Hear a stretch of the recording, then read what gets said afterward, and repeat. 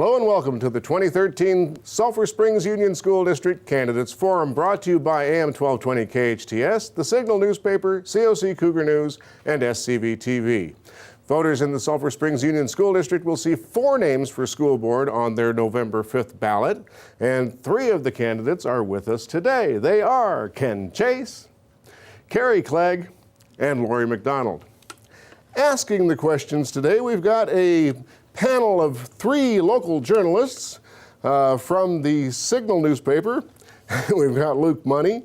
From COC Cougar News, we've got Taylor Villanueva. And from AM 1220 KHTS, we've got Perry Smith. We're going to start off with opening statements. The first opening statement, well, the candidates have been selected in a random drawing, which we just conducted moments ago. Ken Chase got the nod to deliver the opening statement first. Ken, what you got? Hello, my name is Ken Chase. I'm running for the Sulphur Springs School District because I currently feel there is a void on the board. Currently, there isn't an accountant on the board. I'm a certified management accountant, and I feel it's very important to have someone on the inside, with my insight on the board, to add a different perspective to make the board more well-rounded. I especially feel this is more important with the recent passage of the $72 million bond to ensure that the money is spent wisely in the district. I've been very involved in the district since 2004, serving on school site councils for 6 years, 5 years as chairperson. I'm currently chairperson of the Measure CK Oversight Committee, and I have also done various board volunteer positions with the district. I've also been very involved in the Juvenile Diabetes Research Foundation. I have a daughter with type 1 diabetes, and I'm proud to say I've been named the Los Angeles chapter's Volunteer of the Year. Currently, I work for a company in Pasadena called PAC Group, where I'm the corporate controller, and I feel that my insight will add a lot to the board, so please vote for me on November 5th. Thank you. Next, an opening statement from Carrie Clegg. Okay. Hello? Go for it. Oh, my name is Dr. Carrie Clegg. I'm currently sitting on the Sulphur Springs School Board. I was elected first in 1989, and I am currently a retired professor and research scientist from the Department of Veterans Affairs Hospital in the San Fernando Valley, of which also I served for 10 years as the CEO and Chief Operating Officer of the Sepulveda Federal Credit Union at that hospital location. Currently, I'm still working part-time as a professional expert in the Simi Valley School District, teaching in respiratory therapy and pharmacy tech programs with adults looking for new training and job career changes. During my tenure on the Sulphur Springs board, I have amassed quite a bit of experience and spent a lot of time dedicated to forwarding the policies and procedures in the school district. I've been served as a president of the Santa Clarita Valley Trustees Association. I've been very active in the County Trustees Association, and I've been very active in the California School Boards Association, serving as their president in 2005, as well as spending 6 years on the board of directors for the National School Boards Association. So I hope that my experience will lead you to vote for me come November 5th. Thank you. An opening statement from Lori McDonald. Thank you. Hello, my name is Lori McDonald, and I'm running for election to the Sulphur Springs School Board this November. Let me tell you a little about myself. I've been a middle school educator for Los Angeles Unified School District for the last 15 years.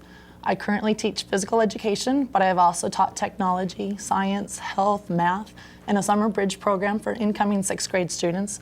I've been the PTSA president at the school I work at, and I have a master's degree in administrative education.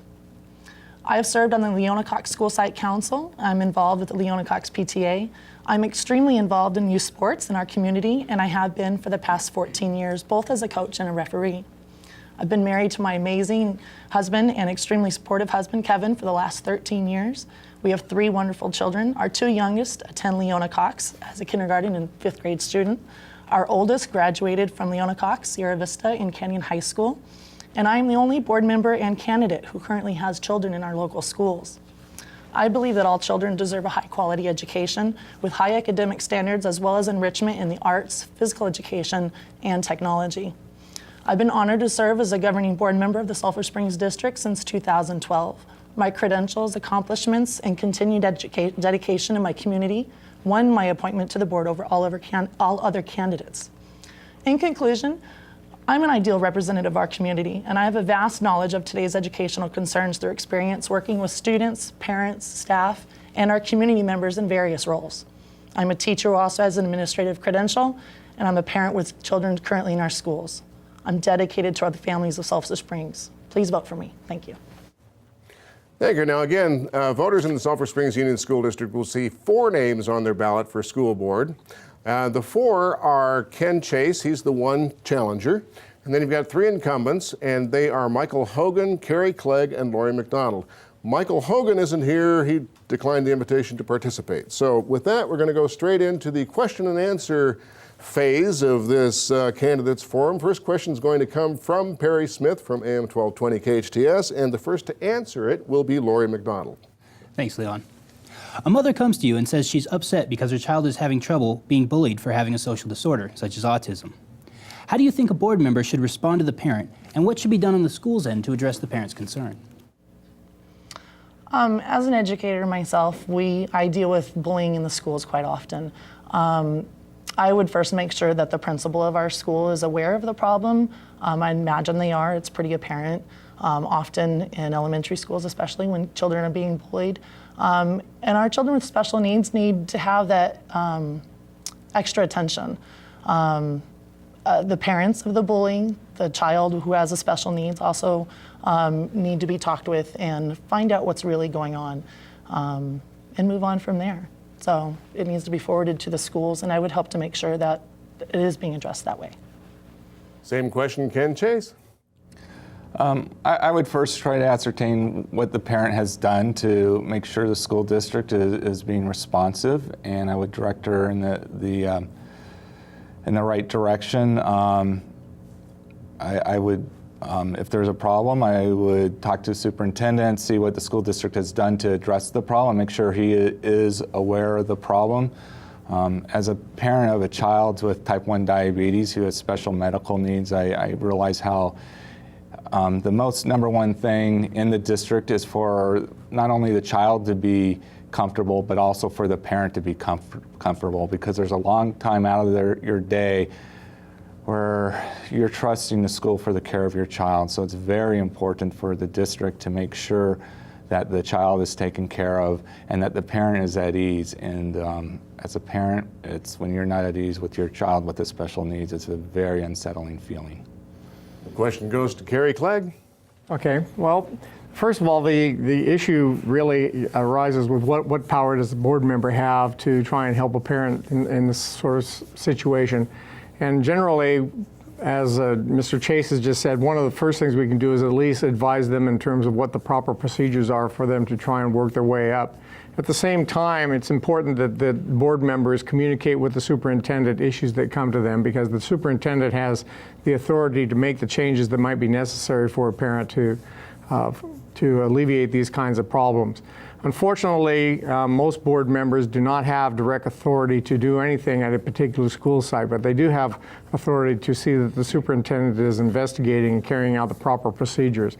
As a board member, we establish what policies would be established in the school district, which include anti-bullying policies and other issues that parents should be able to handle, and a procedural method for the parents to take. And it's our job really to direct those parents in the proper procedure to go ahead and try and get their problem alleviated. If that doesn't happen, then perhaps other issues could be brought up with the superintendent as to why those policies weren't being implemented. And we're going to come right back to Carrie Clegg as the first to answer the next question, which comes from Taylor Villanueva from COC Cougar News. Not that long ago, it wouldn't have been beyond the realm of possibilities to see a biblical verse such as a proverb written on a chalkboard in a classroom. What would be your reaction if you saw this on a smart board while you're making a visit to classrooms? Well, it depends on the proverb was being utilized up on the school board. If it is being used as a teaching tool about a literary device, which one can do in the school, that's perfectly within the purview of the parents and the teacher to do that in the school thing. On the other hand, if it was being utilized to proselytize about some particular religious belief, then I would be sure that I would express my problem with that with the principal of that school side, as well as to tell the superintendent about the issues that I have and make sure that it is not a teacher who is involved in trying to forward a particular religious issue in their particular classroom. But as things going, having proverbs that come from the Bible as literary devices is not counter to the separation of church and state. Same question, Lori McDonald. There's separation of church and state, and I think Carrie very well answered it. Just because there's a proverb up on the board, on the smart board for students to discuss, does not necessarily mean it's in a religious context. If it is being discussed in a religious context, then we need to make sure that it's being covered in all bases. But it is a red flag to make sure that it's being covered appropriately and not crossing over the legal bounds that you're allowed to. But just because it's a proverb that comes from a religious quote does not mean that it's meant in a religious way, but it can intrigue thought and discussion into morals or other topics as well. The question goes to Ken Chase. Well, it's really hard to differentiate my answer than what they previously said. I think it's a very straight issue. But it's to make sure that it's covered more on a historical basis, and that's going to come up probably not as much in elementary school as it would in middle school or high school, but that can still come. And there's, I think, a lot of issues come up when other religions are brought up, and usually when the Muslim faith is brought up, that seems to be the most controversial. But again, it needs to be on a historical context, not a religious context. Obviously, religion plays a big part in world history. As far as a management, really, on the spot in the classroom, I don't think it would be appropriate to do anything, but to bring it up outside the classroom with the principal and the superintendent. Next question comes from Luke Money from The Signal, and it goes first to Ken Chase. One of the governing board's most important roles is oversight of the district's executive staff. Based on your knowledge of the challenges facing the districts, what qualities would you look for if you were faced with the choice of choosing a new superintendent? You know, I think that's very possible that will come up in the next 4 years, certainly the next 10. We have a great superintendent who's been in the district. I think there's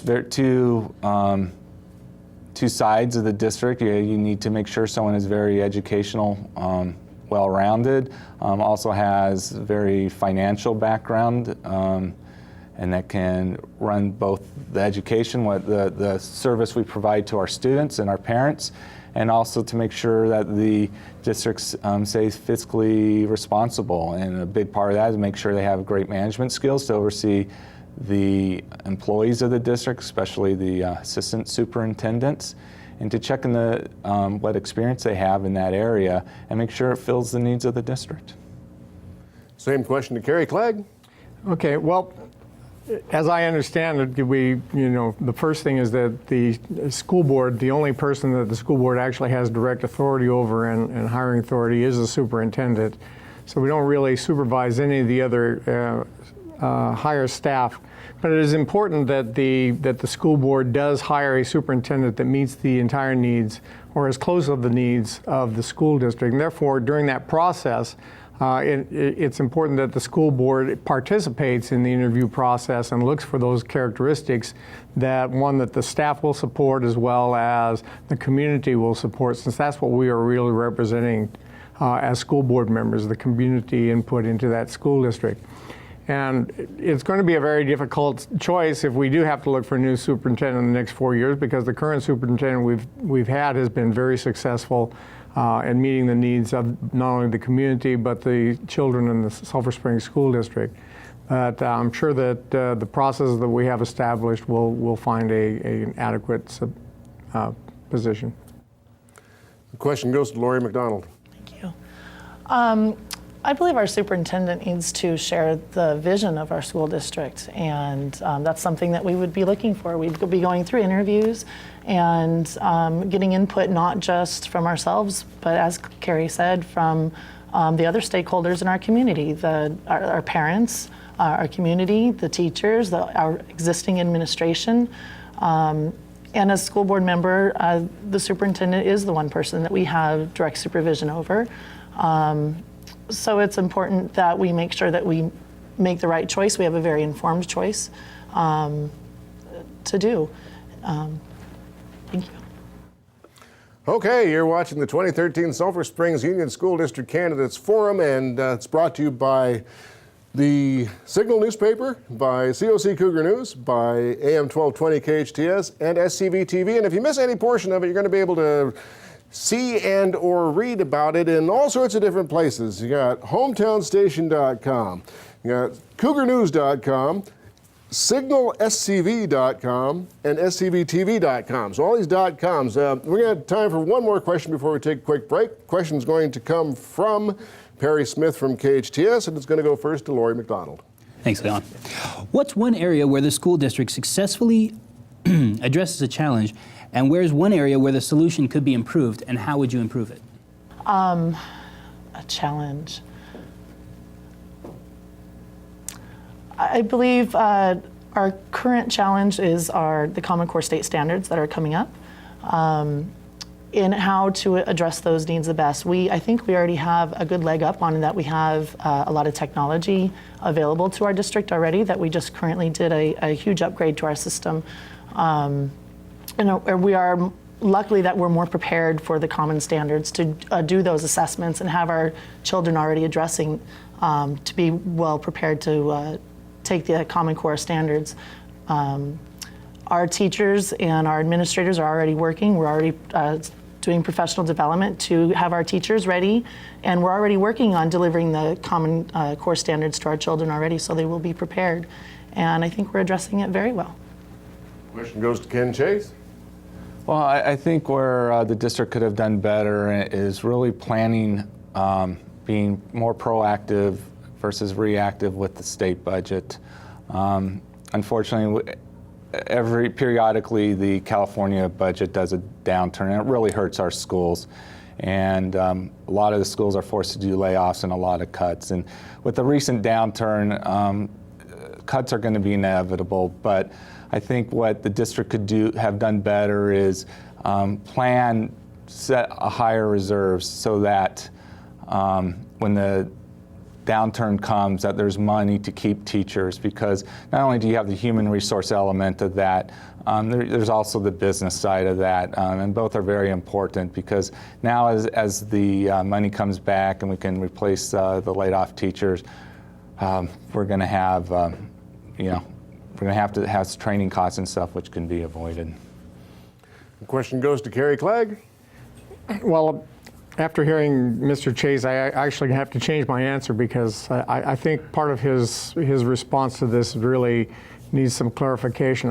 In a lot of ways, I think his response about the budget and the proactiveness of our budgeting process is a little bit naive. In one sense, this district has maintained and has maintained well above what the state requires as a minimum reserve in order to try and plan ahead and make sure that the budget downturns are not as effective as they were. Nobody foresaw that in 2006 the state was going to, the entire national economy was going to crash, and that the state was also going to have some really serious budget problems that resulted in a 22% cut across the board to school districts in terms of their finances. Nobody is going to survive a 22% cut to their total finance without having some issues with personnel and layoffs. And I think our district, with the reserves that we had and we maintained, minimized more so than most districts the amount of personnel that were actually laid off.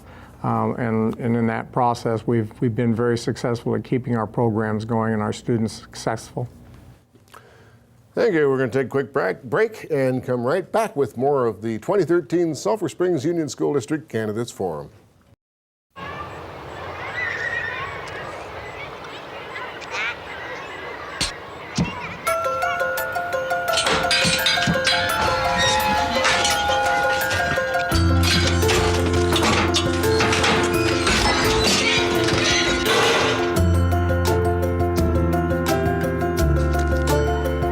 Moderation can lead to great things. Find out how a healthy lifestyle can help your child succeed.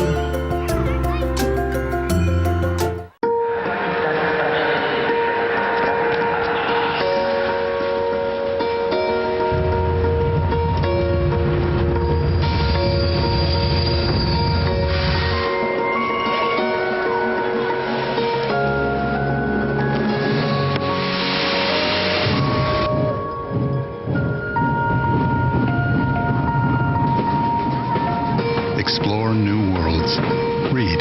Visit literacy.gov. Welcome back to the 2013 Sulphur Springs Union School District Candidates Forum, brought to you by KHTS, The Signal, COC Cougar News, and SCVTV. We've got 3 of the 4 candidates for school board in the Sulphur Springs Union School District with us today. The challenger, Ken Chase, incumbents Carrie Clegg and Lori McDonald. We're going to change things up a little bit right now. Nobody's been warned about this, so what we're going to do is give each of the candidates an opportunity to ask one of the other candidates a question. And beginning with Carrie Clegg, each candidate will have 15 seconds in which to phrase the question, and then the person at whom it's aimed will have 60 seconds to respond. You don't have to take advantage of this opportunity, but should you choose to ask one of the other candidates a question, Carrie, who would that be and what would your question be? I'm trying to think of the 15 seconds. Is it clicking right now? I think I would ask Ken Chase what is the basis for which he's criticizing the school board for not having been fiscally responsible during the current fiscal crisis that the state is recovering from, relative to the budget that the Sulphur Springs School District has had. Ken Chase, 60 seconds. You know, I was at a candidate forum for the Newhall board on Thursday night. There was multiple, the Santa Clarita Valley PTA Council did multiple forums. And the Newhall board is touting that they didn't have to lay any teachers off. And although Carrie called it naive, I don't think it's naive to realize that the California budget isn't always glorious in that it goes in cycles. And so for one thing I would do is, in escrow there's the Canyon Theater Center that is going to generate $5.5 million. I would like to see that money set aside for the next time the California budget takes a downturn. So that money is there to retain teachers and so to avoid layoffs, to avoid having re-recruit teachers when the budget returns, having to retrain teachers, and in the long run, that's going to save the district some money. Lori McDonald, you want to ask somebody something? And if so, who and what do you want to know? I'll decline. Okay. Next, Ken? I'll decline. Okay, with that, we're going to return to the question and answer session. Taylor Villanueva from COC Cougar News, and let's see, we would then start with Ken Chase to be the first to answer. Speaking of managing the budget, reports from Sacramento recently revealed that the state fell hundreds of $millions short on the funding promises made by Proposition 30. If the school districts began to receive their full funding guaranteed by Propositions 30 and 98, what would your top priority be and why? Part of my top priority would be to retain some of that money. So, as I've been touting, is so that the next time we take a downturn is, I'd like to see the budget as level as possible. And I know you can't have it completely level, but to make it as avoid the peaks and valleys as much as possible. There's just, with the money coming back, currently the school districts, their science labs aren't being fully utilized. In schools that are, it's more through PTA gifts. We're also going to have an issue with the new technology. The district issued bonds for 40 years. That money on technology, that's going to last 3 to 10 years. We need to make sure that some of that money is set aside so that we can replace that equipment as it gets aged, and we don't get in a situation where we can no longer fully utilize it. Question goes to Carrie Clegg. Well, the way I understand it is that if the state actually fully funded Prop 98 and Prop 30, what would we do with the additional money? In many ways, that would really restore the district to a much better condition than it has been in the last few years. We've lost over $6 million out of $34 million in terms of our budget, which is a very large chunk. And the biggest part, we have not actually laid off very many teachers, but the district as a whole, we've lost teachers based upon that have retired. We allowed attrition and some other things to take and minimize the amount of teachers that were on the layoff list. As well, we're in a declining enrollment situation, so we cannot staff above a certain ratio based upon the state formulas in terms of that. So we would utilize the money to restore a lot of the programs that we did minimize and cut because of the budget downturn. Seriously, we have established a fairly decent sinking fund, and that's what the sale of the property was actually utilized to do, was to put it into a escrow account. Time on that. Sorry, but Lori McDonald, next to answer. When new money comes to a school district, first we have the local control funding formula, and it's still unclear how that's going to turn out and how we can spend the money, how we can use the money. It changes from day to day. It's coming a little bit more clear, but not completely. Sometimes you only can use that money in specific ways, and that's a lot that the public doesn't realize. A lot of it's one-time money. You have to spend it by the end of the school year, or you lose it.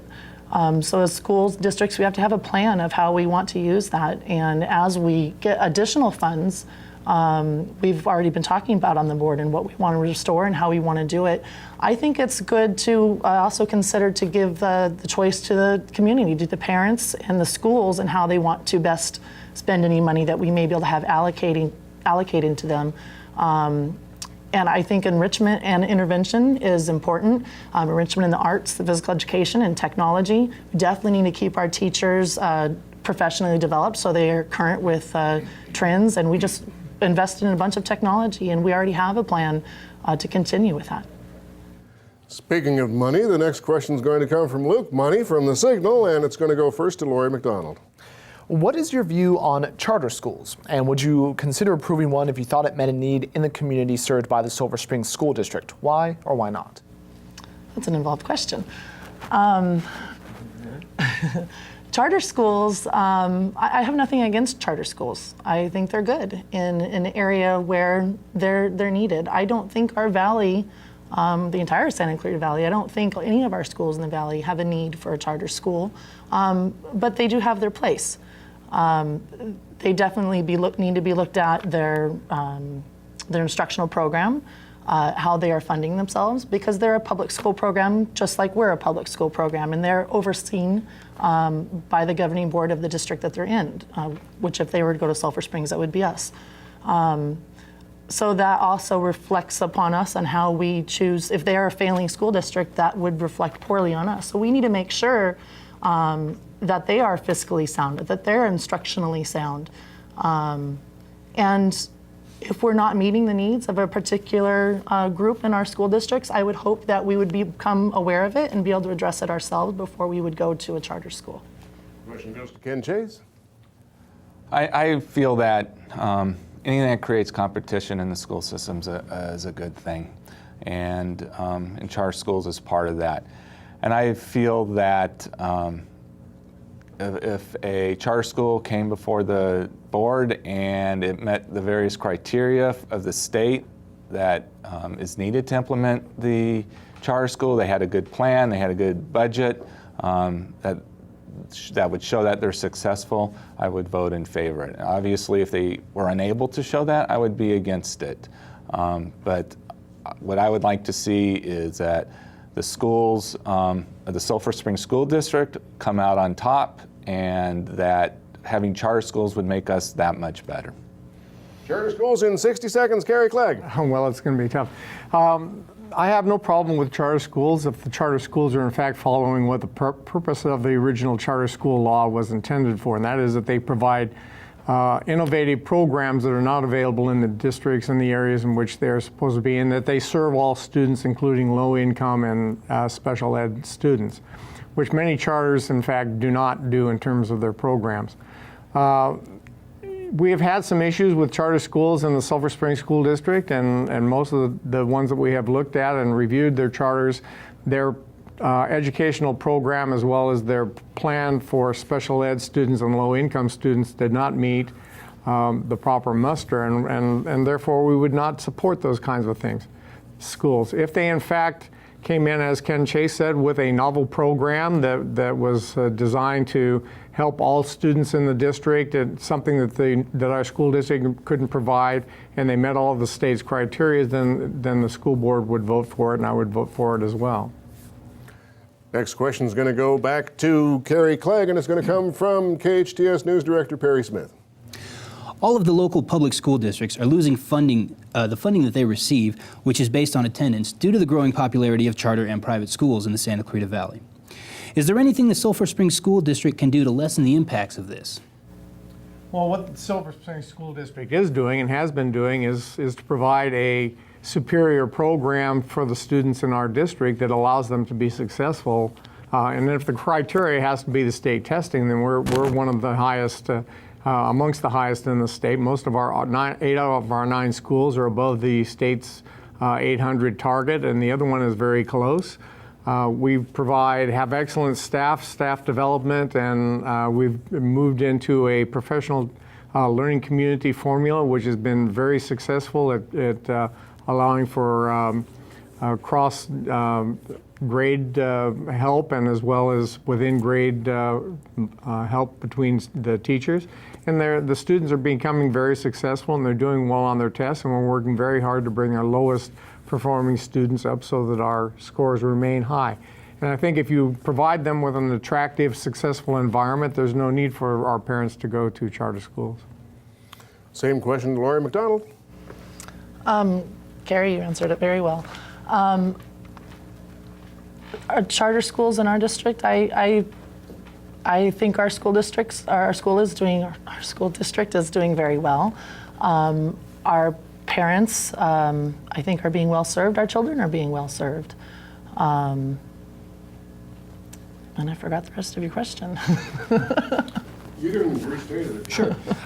Basically, a lot of while the Sulphur Springs School District is doing a great job serving its students, it is still losing enrollments to private schools and charter schools. And what can the district do to address the concerns of parents who might be taking their children out of a public school and putting them into a charter school? About 30 more seconds. So I think we continue doing what we're doing, because I have complete faith in our school district. I think we're doing a really good job, and we're having families that have left our school district to go to the charter schools. They're coming back, and some of them are coming back dissatisfied. Thank you. Ken Chase?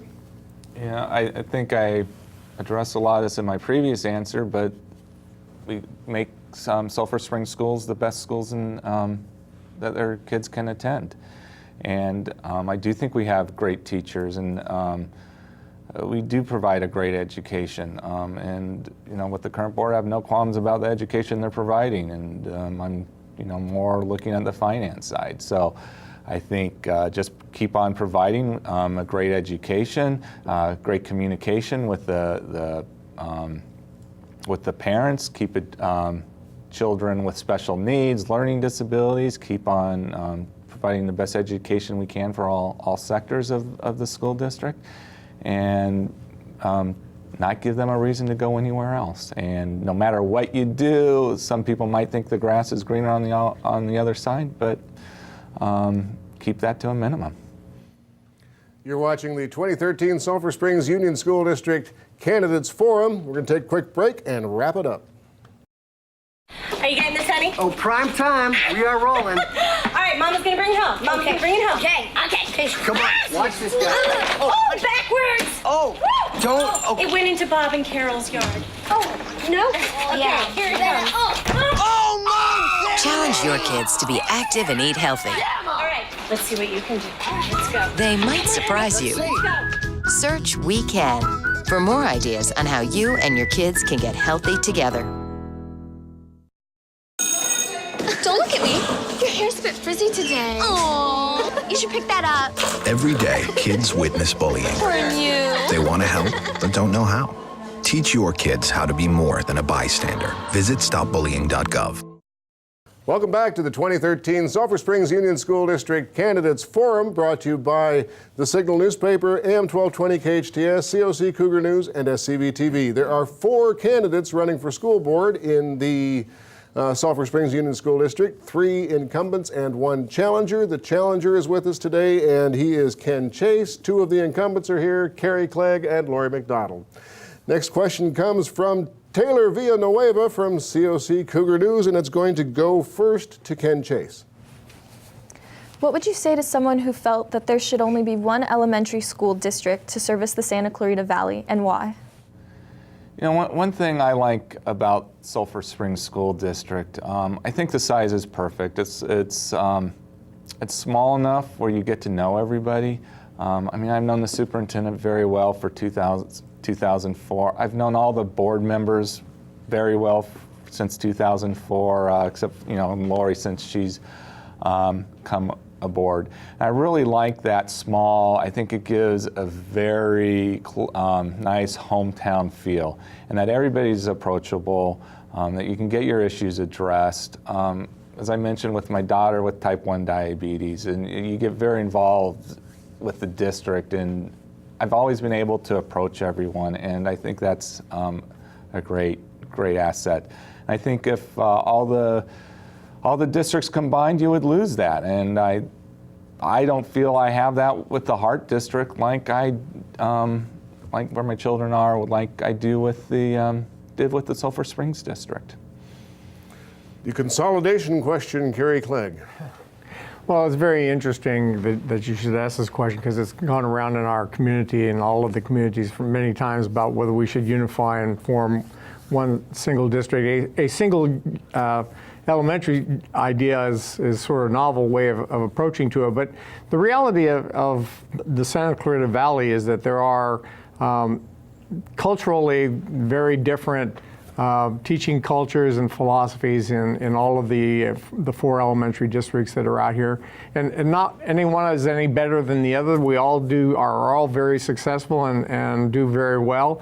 And I think what Ken was saying is important, that the community feel of the Sulphur Springs School District, just as the community feel of the Newhall School District, is what attracts people to come from the valley and from the other areas and bring their kids into our school district. The smallness and the closeness and the ability to approach principals, teachers, even up to the superintendent and board members in these smaller districts is very important to our communities. Question goes to Lori McDonald. As both Carrie and Ken said, I agree with both of them. When my family moved here from Los Angeles Unified in 2002, that was part of the draw to this area, was the Santa Clarita Valley, the safety in it, and our school district. We have 9 elementary schools. You know, my kids know kids from other schools. In Los Angeles Unified, you don't know your neighbors, you don't know the people in your school. They're coming from all over the place, and I don't like that out there. It's completely different out here. It's what I appreciate. I've never met the superintendent of the Los Angeles Unified School District, and I met the superintendent before I was on the board several times. I met the board members several times. The teachers come out to the events. We're a tight fit family in our district. And each of the other districts, we all have our own needs that we address in different ways. Canyon Country is different than Valencia, is different from Stevenson's Ranch, is different than Newhall, and we're able to address the needs of our community very well. Next question is going to go back to Lori McDonald. It's going to come from Luke Money from the Signal. The Common Core State Standards Initiative is without a question going to be changing the way schools are teaching subjects in our classroom. As some of you brought up earlier, a big reason that Sulphur Springs has so much new technology in the classroom is because of teaching Common Core. Why is something like a smart board so much better than a chalkboard for teaching our students? And what are your views on technology in general being used as a teaching tool in the classroom? I think technology as a teaching tool, I've taught myself using technology. In today's society, we can get kids more involved. We have the information at our fingertips. It's got our teachers excited, which gets our kids excited. They're able to be more interactive. We can spread out with the iPads that we have. It's not just one kid at the board, it's several kids. We can display all their work up at a smart board. Just the limits you have less limits than if you were just to have a chalkboard. And it really has enabled our teachers to enhance their instruction that much more. And please come see our classrooms because they're wonderful. And our teachers are excited, and our kids are excited, and thank you. Question goes to Ken Chase. You know, the ideas on the smart board is to more engage the students. And I think, you know, a smart board in the classroom does a very, very good job of that. But, you know, and technology as far as the recent upgrades to the wide area network and is part of current day infrastructure, but you also got to make sure you don't go too far. For instance, I think there's plans to put a second smart board in classrooms. I don't think that's necessary.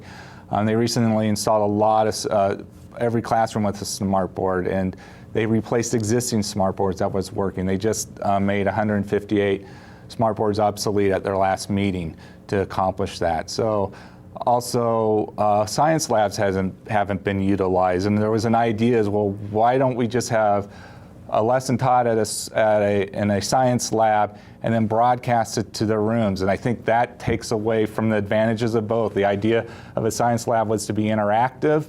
The idea of a smartboard was to be interactive. And I think that formula would disengage the students. So technology is a good thing, but you also got to make sure that it's used properly. Question goes to Carrie Clegg. Yes, thank you.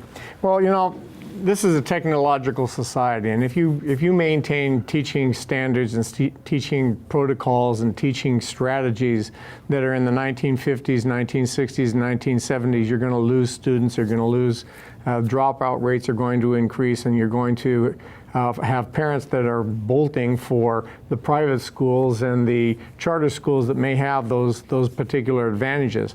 So in fact, the use of smart boards and smart technology in the classroom is really an advancement that is designed to keep our students engaged and our teachers excited about the teaching strategies that they have and the ability to utilize these things.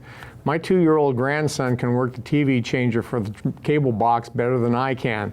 And so, you know, if you are not staying in tune and moving it forward with the kinds of educational and learning strategies that work with kids, then you're just not going to be successful. And I think that we've done a great job as a district at staying ahead of that problem.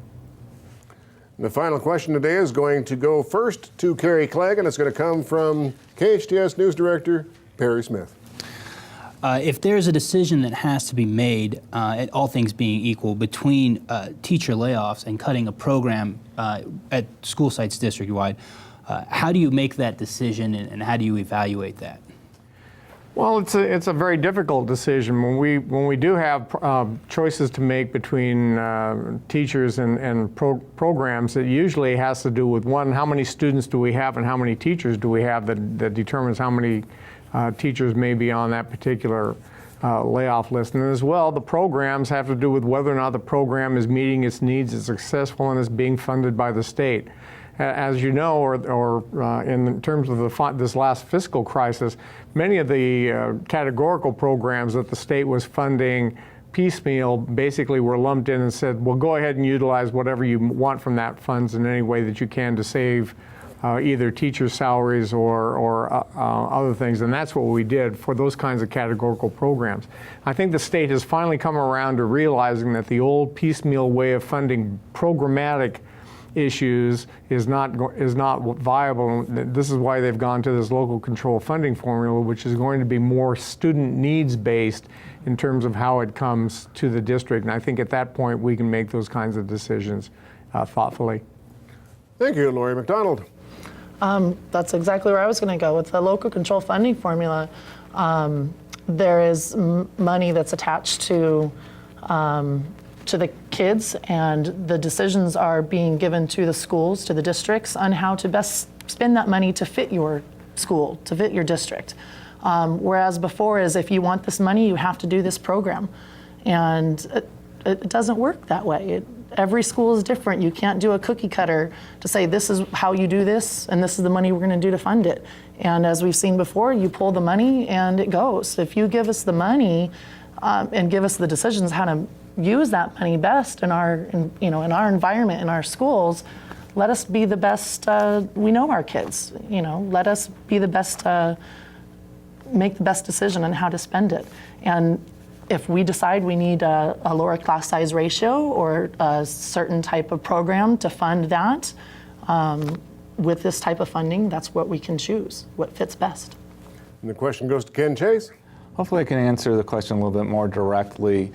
My opinion is teachers come first, because there's the human resource. You want teachers. They're the backbone to our education, and they're what makes our classrooms thrive. So any decision, really, the teachers layoffs need to be the last thing.